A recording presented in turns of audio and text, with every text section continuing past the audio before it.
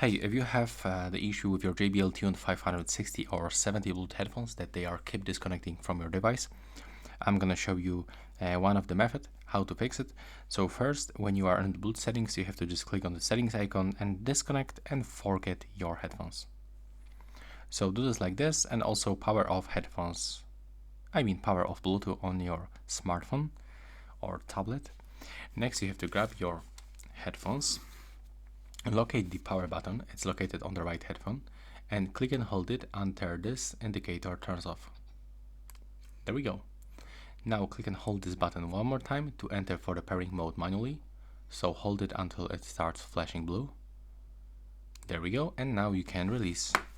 So on the next step, you have to go to your phone, turn on the Bluetooth, then click to pair your device, and from here select your JBL Tune 560 or 70, accept the pairing, and now tell me if it works.